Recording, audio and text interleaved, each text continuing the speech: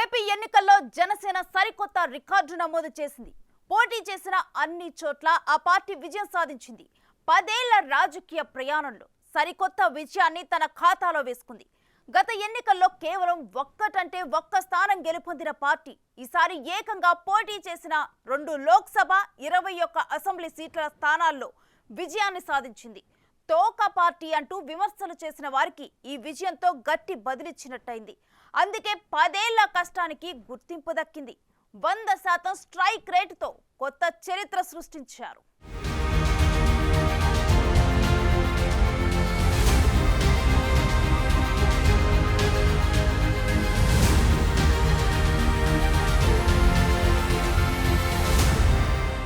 मैं अभी बाबू को पूछ रहा था, बोले हिस्टोरिकली ये सबसे हाईएस्ट विक्ट्री है।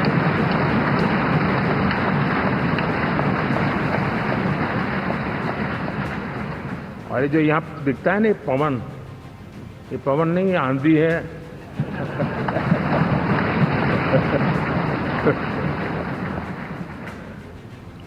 आंध्र ने इतना बड़ा हमारे प्रति जनमत दिया है। हिंदुस्तान के लिए एक सामान्य मानवी की विकास की जो जिजीविषा है उसका प्रतिबिंब है।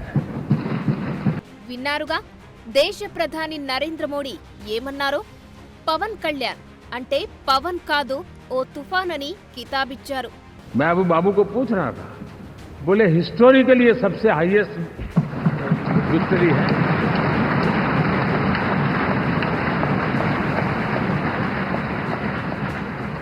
और ये जो यहाँ दिखता है ना पवन, ये पवन नहीं आंधी है।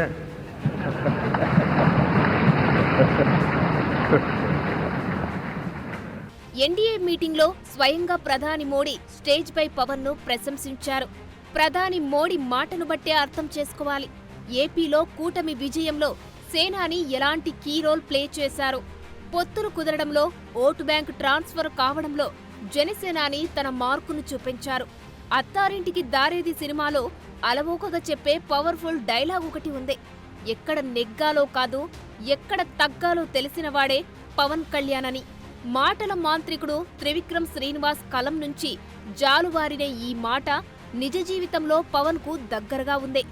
ఏపీలో కూటమి గెలుపు వెనుక పవన్ ఉన్నారని, ఇలాంటి విజయం కోసం పవన్ పరితపించారని, అందుకోసం ఎన్నో మెట్లు దిగారని గుర్తు చేసుకోవాల్సిన పరిస్థితి. కూటమి కట్టడం, 3 పార్టీల మధ్య సమన్వయం, ఓట్ల బదలాయింపు వంటి విషయాల్లో పవన్ చూపిన చొరవను మార్చి 14న జనసేన పార్టీ ఆవిర్భావం.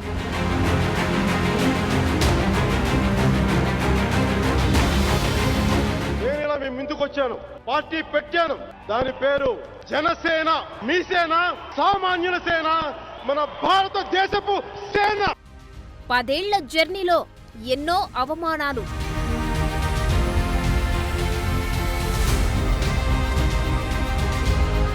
పదేళ్ల తర్వాత లక్ష్యాన్ని ముద్దాడిన సేనాని.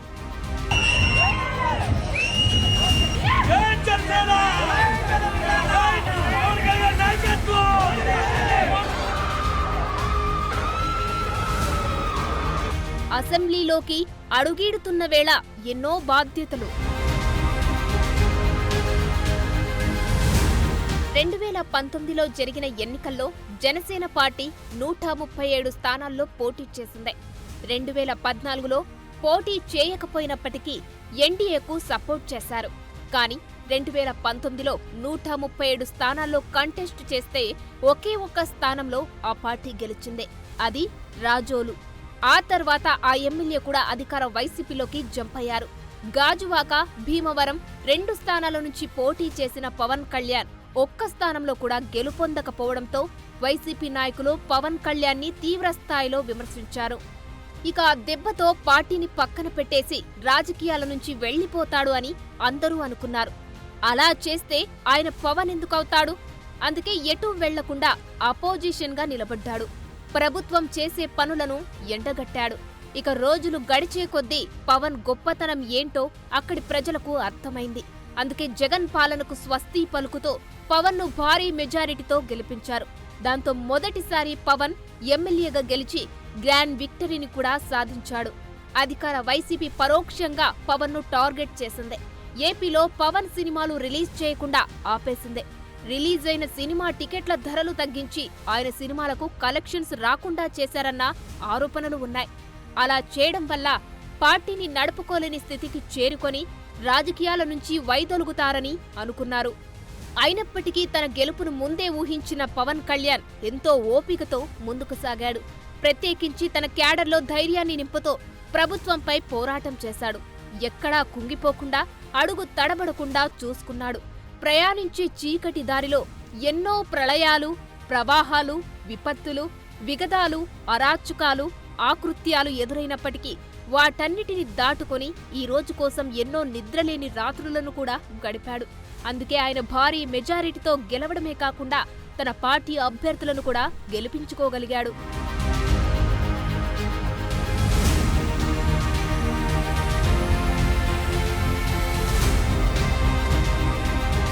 పవన్ విక్టరీ చాలా మందికి ఓ ఇన్స్పిరేషన్.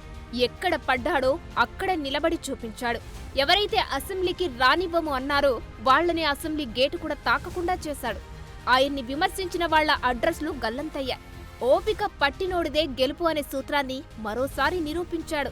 ఏపీ ఎలక్షన్లో గేమ్ చేంజర్గా మారిన పవన్ కళ్యాణ్ తన పార్టీ పోటీ చేసిన ప్రతి చోట తన అభ్యర్థులను గెలిపించుకొని తన స్టామినా ఏంటో ప్రూవ్ చేసుకున్నాడు. పవన్ కు రాజకీయాలు చేసేంత టాలెంట్ లేదన్న వాళ్ల నోర్లను లాక్ చేశాడు. తన రాజకీయ చతురతతో వార్ వన్ సైడ్ చేసేశాడు. ఇక మొత్తానికైతే వైసీపీని దారుణంగా ఓడించడమే కాకుండా కూటమిని గెలుపు పీఠాలెక్కించాడు.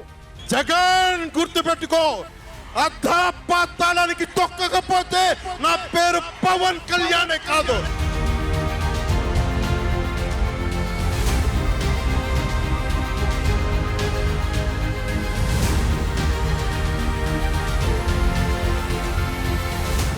ఫైనల్ గా పవన్ అనుకున్నది సాధించాడు. ఇక ఈ ఎలక్షన్లో అధికార పార్టీకి వ్యతిరేకంగా ఉన్న ఏ ఒక్క ఓటు కూడా చీలకూడదనే ఉద్దేశంతోనే పవన్ దగ్గరుండి మరీ ఈ కూటమిని ఏర్పాటు చేశాడు. వాస్తవానికి పొత్తు కోసం ఎన్నో మెట్లు దిగారు పవన్. ముందుగా సొంత పార్టీ వారిని సముదాయించారు. మన బలగం తెలుసుకొని సీట్లు అడుగుదామని సర్ది చెప్పారు. పవన్ ను కాపుల ఆశాజ్యోతి మీరే, మీ ద్వారానే రాజ్యాధికారం సాధ్యం, అందుకే ఎక్కువ సీట్లు అడగండి, సింహభాగం ప్రయోజనాలు పొందండి, ఎక్కువ సీట్లు ఇస్తేనే పొత్తుకు ఒప్పుకోండి, ఇలా చాలా రకాలుగా పవన్ పై ఒత్తిడి ఉండేది. 2019లో ఓ 10 సీట్లు ఇస్తే ఇప్పుడు ఎక్కువే అడిగేవాడినని చెప్పారు. మొత్తంగా పవన్ ఒకే ఒక కృత నిశ్చయంతో ముందుకు సాగారు. అధికారం నుంచి జగన్ను దూరం చేయాలని బలమైన లక్ష్యంతో పనిచేశారు. ఇందుకుగాను బలానికి తగ్గట్టు నడుచుకున్నారు. అందుకు ముందుగా పార్టీ శ్రేణులను మలుచుకున్నారు. సొంత సామాజిక వర్గాన్ని ఒప్పించారు. రాష్ట్ర ప్రజలకు నిజాన్ని చెప్పారు. వారి మద్దతు కోరారు. సంపూర్ణ విజయం దిశగా పార్టీని నిలబెట్టారు.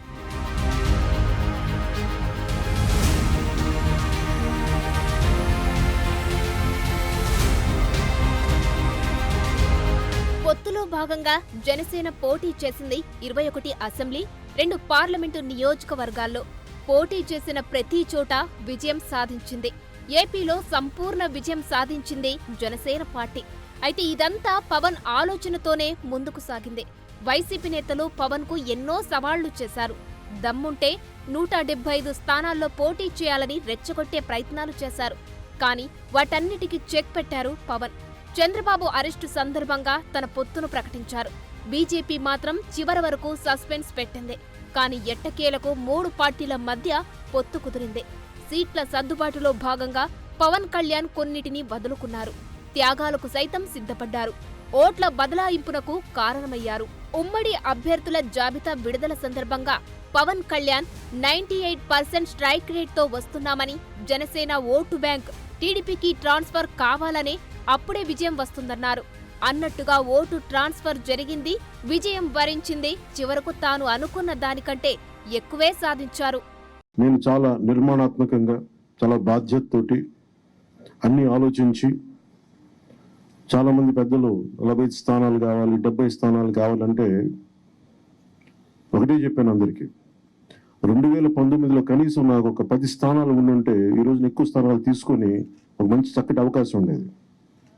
అది కోల్పోయాం కాబట్టి ఈసారి తక్కువ స్థానాలతోటి 98% స్ట్రైకింగ్ రేట్ ఉండాలి. నేను కూడా ఈ అలయన్స్ బలంగా ఉండాలి, టీడీపీ జనసేన అలయన్స్ బలంగా ఉండాలి అంటే నేను కూడా ప్రత్యేకించి భారతీయ జనతా పార్టీని దృష్టిలో పెట్టుకొని కూడా నా సీట్లని కుదించుకోవడం జరిగింది. ఇది మన నాయకులందరికీ కూడా వ్యక్తి ప్రయోజనాలను పక్కన పెట్టి రాష్ట్ర ప్రయోజనాలని ముందుకు తీసుకెళ్దాం. ఓటు ట్రాన్స్ఫర్ అయిన రోజున ఎవరైతే త్యాగాలు చేశారో, ఎవరైతే కష్టపడి పనిచేశారో ప్రతి ఒక్కరికి పేరు పేరున ఈ సభావేదిక మీదుగా నేను తెలియజేసుకుంటా ఉన్నాను. పవన్ పెట్టుకుంది కేవలం రాజకీయ పొత్తు మాత్రమే కాదు, అసలు సిసలైన సోషల్ ఇంజనీరింగ్. కులాలని విడగొట్టే రాజకీయం కాదు, కులాలని కలిపే రాజకీయం చేస్తాను అనే నినాదంతో వచ్చి కేవలం మాటల్లో మాత్రమే కాకుండా ప్రతి అడుగులోనూ మాటలోనూ చేసి చూపించాడు పవన్. 100% స్ట్రైక్ రేట్తో భారతదేశంలోనే గొప్ప విజయం జనసేనానికి ఇచ్చాడు. ఓటర్ల తీర్పుతో పవన్పై బాధ్యత పెరిగిందా?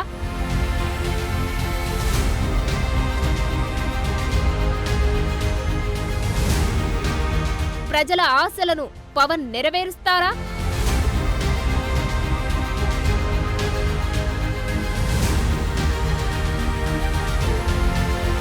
పవన్ ఆశయాలకు అనుగుణంగా ఎమ్మెల్యేలు నడుస్తారా?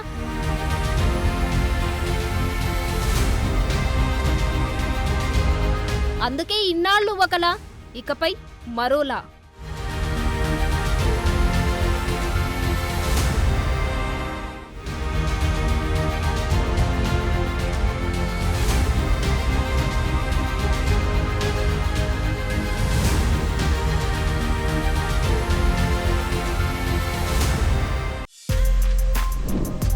For more videos like this, subscribe Big TV channel.